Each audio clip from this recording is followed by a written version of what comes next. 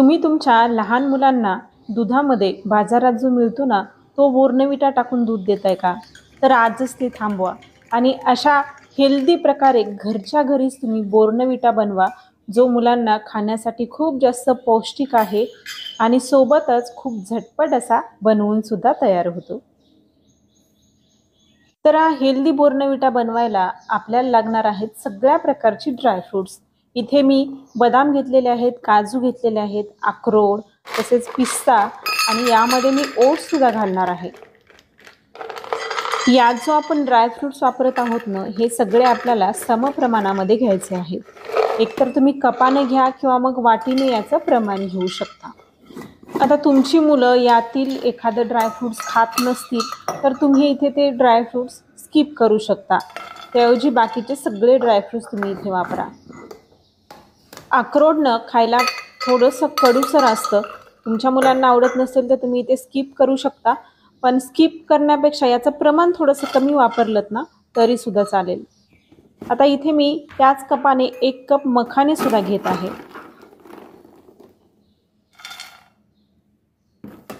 तुम्ही नुसते ड्रायफ्रुट्स सुद्धा वापरू शकता. ओट्स नाही वापरले तरी सुद्धा चालेल, पण ओट्स जर वापरलात ना, एकतर ओट्स खायला खूप हेल्दी असतात आणि आपण या बोर्नविटाचे जे दूध बनवणार आहोत ना, त्या दुधाला एकदम छान असं थिकनेस येतो.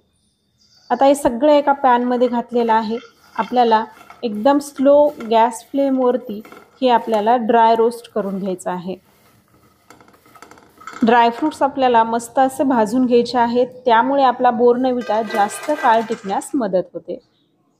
आता हे सगळे जिन्नस आपल्याला थंड करून घ्यायचे आहेत. तर याच ठिकाणी मी थोडीशी वाळलेली खारीक वापरत आहे. खारीक यासाठी की आपल्या ज्या बोर्नविटाला आहे ना, तो थोडासा गोडपणा यावा म्हणून मी इथे वापरत आहे. खारकीऐवजी ना तुम्ही गुळाची पावडर सुद्धा इथे वापरू शकता. अर्धा कप तुम्ही गुळाची पावडर इथे घेऊ शकता. आता खारीक मी अगोदर वाटून घेते, कारण खारीक वाटायला जास्त वेळ लागतो.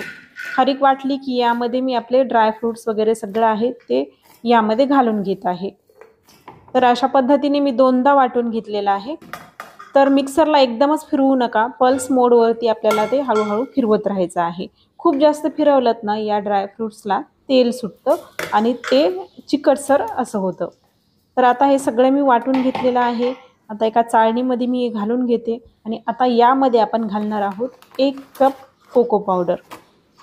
जी चॉकलेटची चव आपल्या बोर्नविटाला असते ना, ती यामुळे येते आणि मुलांना ही चव खूप जास्त आवडत असते, त्यामुळे इथे कोको पावडरचा तुम्ही वापर करू शकता. तर यामध्ये मी 1 कप घातलेला आहे आणि हे सगळं मी चाळणीने चाळून घेणार आहे. तर मस्त असं एकदम बारीकसर आपला बोर्नविटा झाला पाहिजे. त्यामुळे काय होईल की दुधामध्ये आपण जेव्हा मुलांना मिक्स करून देऊ तेव्हा त्यांना ते ओळखायला पण आलं नाही पाहिजे आणि चवीला तर एकदम भन्नाट लागलं पाहिजे. चाळल्यानंतर जे बाकीचं मोठं राहतं ना, ते तुम्ही परत एकदा वाटून घ्या आणि परत चाळून घ्या. तर इथे आपला बोर्नविटा तयार आहे. ते छान असं मिक्स करून घ्या. तुम्ही इथे याचा रंग पाहू शकता, मस्त असा बोर्नविटासारखा आला आहे ना आणि चवीला सुद्धा अगदी तसंच लागतं. त्यापेक्षाही खूप जास्त पटीने हे पौष्टिक आहे. तर एखाद्या अशा एअरटाईट बरणीमध्ये तुम्ही ना 1 महिना हे बोर्नविटा स्टोअर करून ठेवू शकता. मुलांना रोज सकाळी आणि संध्याकाळी दुधामध्ये घालून दिलात ना, हे त्यांच्या आहारामधील एक सगळ्यात जास्त पौष्टिक ऑप्शन राहील. असे पण मुलं पटकन ड्रायफ्रुट्स खात नाहीत, तर या पद्धतीने आपण त्यांना ड्रायफ्रुट्स पूर्ण प्रकारचे खाऊ पण घालू शकतो आणि बोर्नविटाला छान असा पर्यायसुद्धा आहे आणि आपल्याला बाजारातून तो रेडीमेडचा बोर्नविटा आणायची अजिबातही गरज नाही. तर अशा पद्धतीने मस्त भरणीमध्ये भरून ठेवा आणि महिनाभर हमखास वापरा. तर गरमागरम दुधामध्ये हे मिक्स करा आणि मुलांना प्यायला द्या. तर अशा छान छान रेसिपींसाठी आपल्या गुड लाईफ विथ सीमा या चॅनलला नक्की सबस्क्राईब करा.